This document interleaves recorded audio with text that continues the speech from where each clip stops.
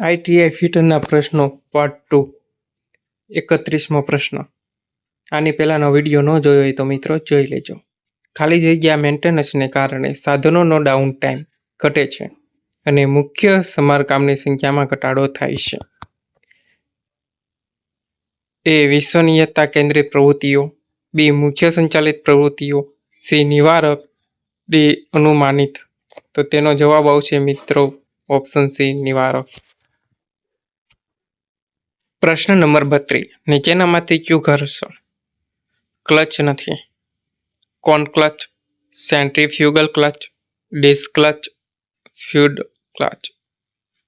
તો તેનો જવાબ આવશે મિત્રો ઓપ્શન ડી ફ્લુઇડ ક્લચ.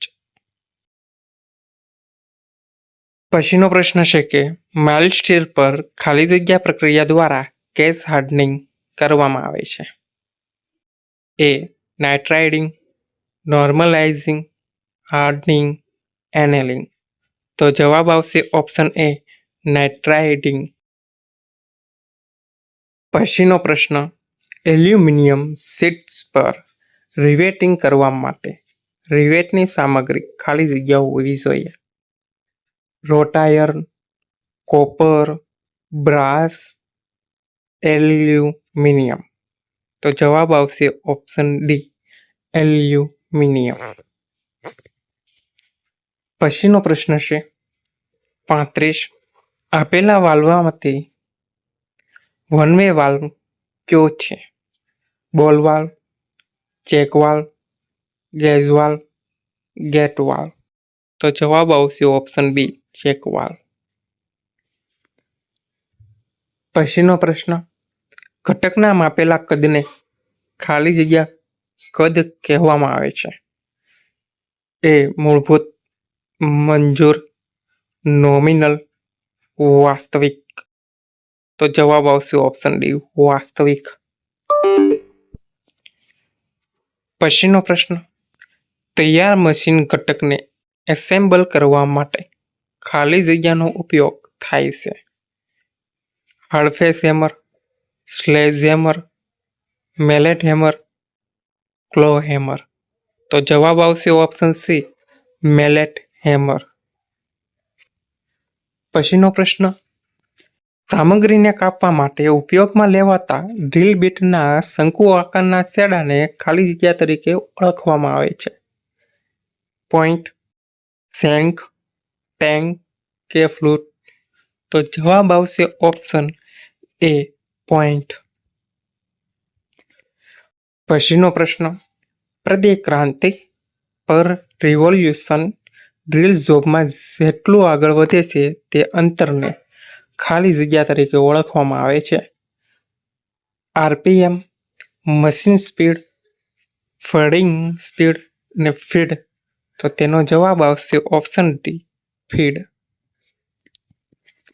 પછીનો પ્રશ્ન ઓછી ગતિએ વધુ પાવર ટ્રાન્સમિટ કરવા માટે નીચેનામાંથી કયું કપલિંગ વધુ સારું છે? A flash coupling, sleeve coupling, split coupling, universal coupling.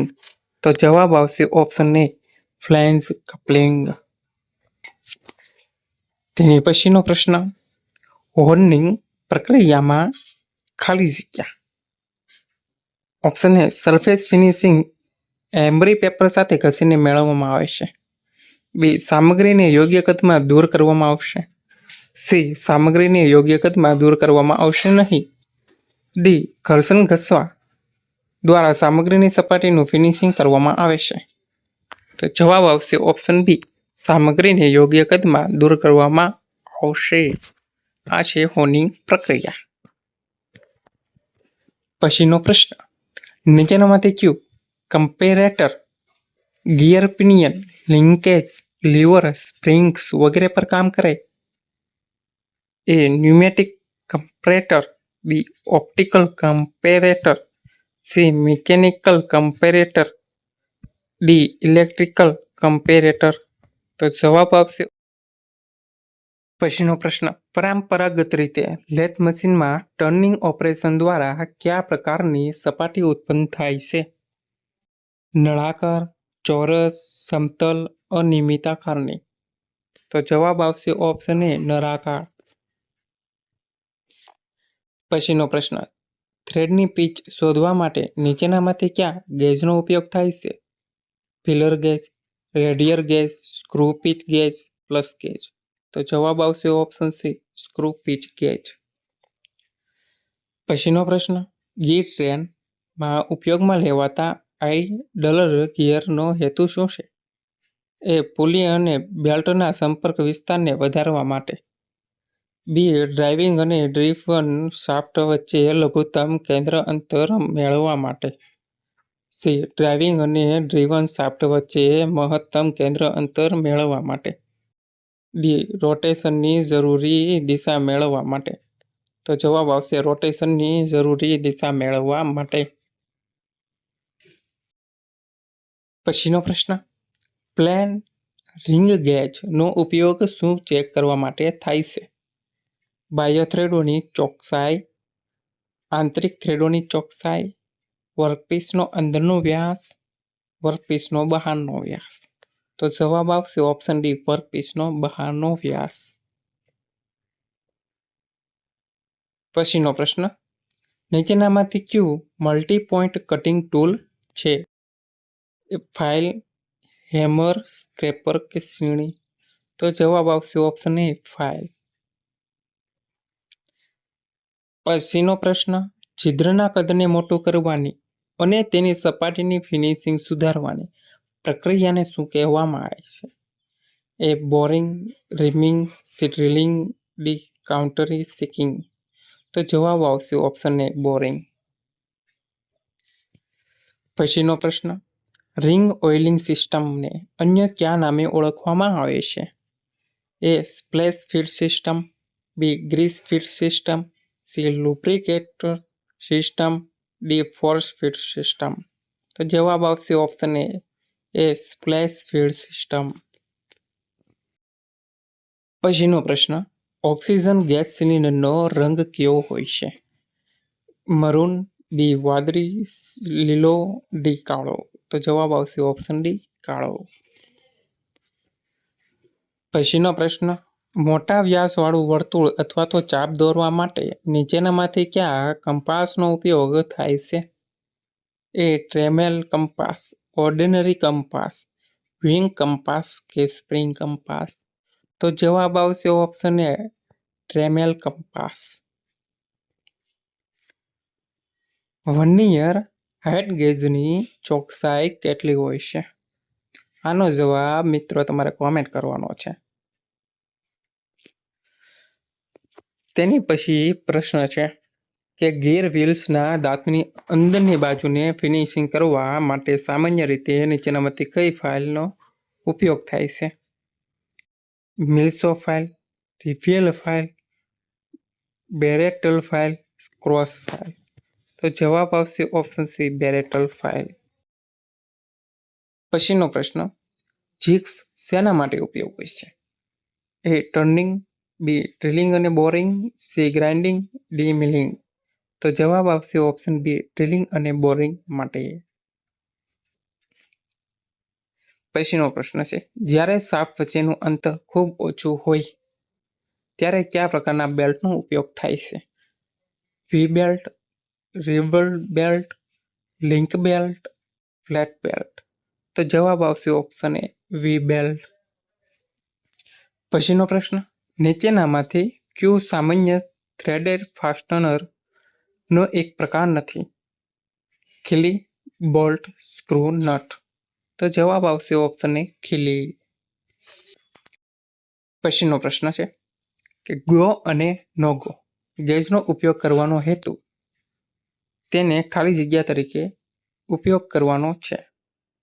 Limit gauge, radius gauge, pitch gauge કે સ્લિપ ગેજ? તો જવાબ આવશે ઓપ્શન એ લિમિટ ગેજ.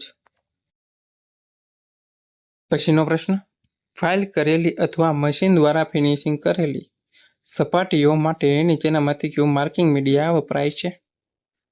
ટર્પેટાઇન સાથે મિશ્રિત વ્હાઇટ લીપ પાવડર, પાણી સાથે મિશ્રિત ચોક પાવડર, મિથેલેટેડ સ્પિરિટ સાથે મિશ્રિત chalk powder, D Prussian blue oil paint. તો જવાબ આવશે option D Prussian blue oil paint. પછીનો પ્રશ્ન, શીટને 2 કે તેથી વધુ ટુકડાઓમાં વહેંચવાની પ્રક્રિયાને ખાલી જગ્યા કહે છે. નોચિંગ, પાર્ટિંગ. તો જવાબ આવશે ઓપ્શન બી પાર્ટિંગ. પછીનો પ્રશ્ન, સેન્ટર પંચ બનાવવા માટે કઈ સામગ્રીનો ઉપયોગ થાય છે? A cast iron, zinc, high carbon steel, D copper. તો જવાબ આવશે option C high carbon steel. પછીનો પ્રશ્ન, બેન્ચ વાઇસમાં હોલ્ડિંગ જડબાનો બહારનો ભાગ નીચેનામાંથી કઈ સામગ્રીનો બનેલો હોય છે? A aluminium, B copper, C mild steel, D cast iron. તો જવાબ આવશે ઓપ્શન ડી કાસ્ટ આયર્ન.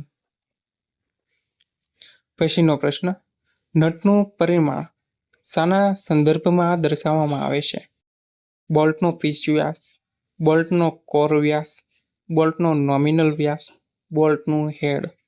તો જવાબ આવશે ઓપ્શન સી બોલ્ટનો નોમિનલ વ્યાસ.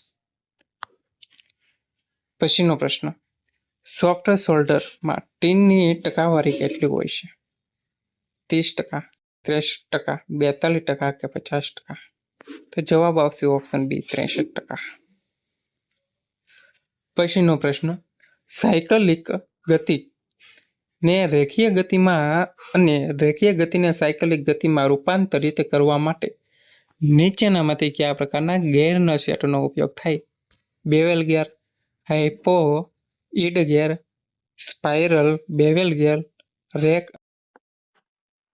પછીનો પ્રશ્ન, ટેબ વોશરનો ઉપયોગ શેના માટે થાય? નટને લોક કરવા માટે, બોર્ડના વ્યાસને જાળવી રાખવા માટે, પરિમાણીય ચોકસાઈ માટે, માળખાકીય એસેમ્બલીઓ માટે. તો તેનો જવાબ આવશે ઓપ્શન એ નટને લોક કરવા માટે. પછીનો પ્રશ્ન, ઉચ્ચ ગુણવત્તાવાળી ફિનિશ મેળવવા માટે નીચેનામાંથી કયા લેપિંગ એબ્રેસિવનો ઉપયોગ થાય છે? એ હીરા, B emery cloth, C aluminium oxide, D coarse grain abrasive. તો જવાબ આવશે ઓપ્શન સી એલ્યુમિનિયમ ઓક્સાઇડ.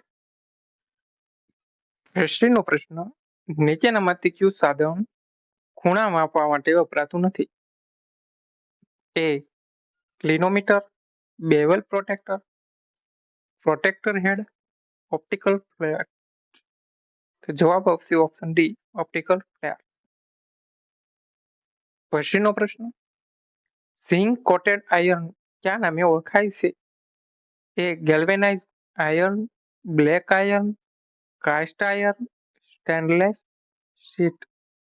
તો જવાબ આવશે ઓપ્શન એ ગેલ્વેનાઇઝ આયર્ન.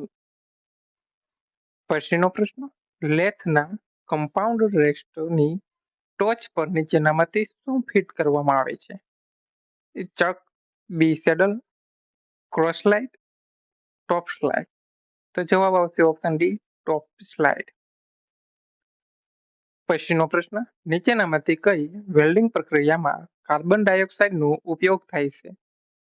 એ gas tungsten arc welding, B છે shielded metal arc welding, C છે gas metal arc welding, D submerged arc welding. તો જવાબ આવશે option C gas metal arc welding. પછીનો પ્રશ્ન, આપેલા વિકલ્પોમાંથી પાઇપ થ્રેડનું પ્રમાણભૂત ફોર્મેટ ઓળખો. Option B BST, option C BSF, option D BA. તો જવાબ આવશે ઓપ્શન બી બીએસટી.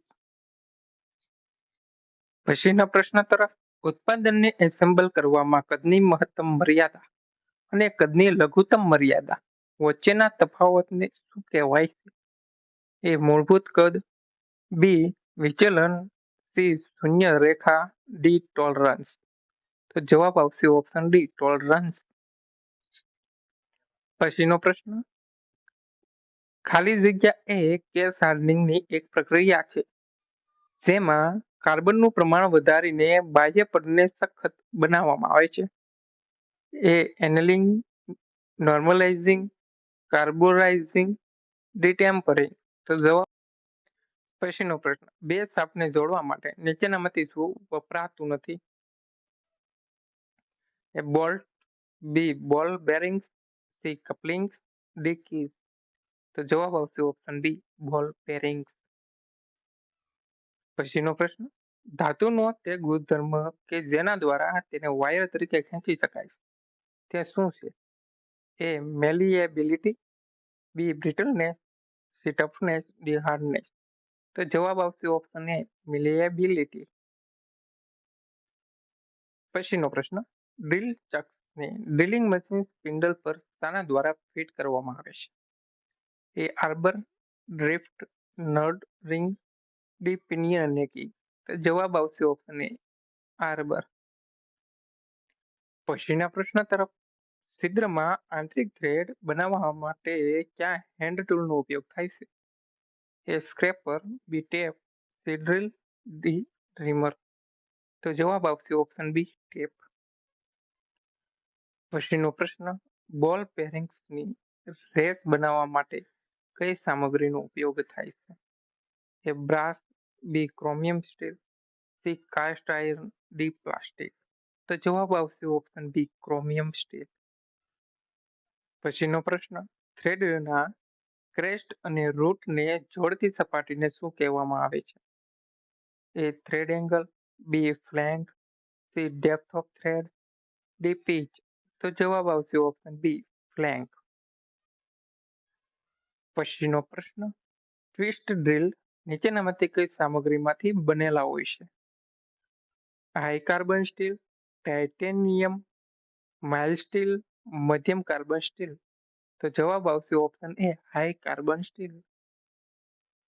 પછીનો પ્રશ્ન, જો તમે સ્વિચબોર્ડમાં છિદ્ર ડ્રિલ કરવા માંગતા હો તો તમે કયા મશીનનો ઉપયોગ કરશો?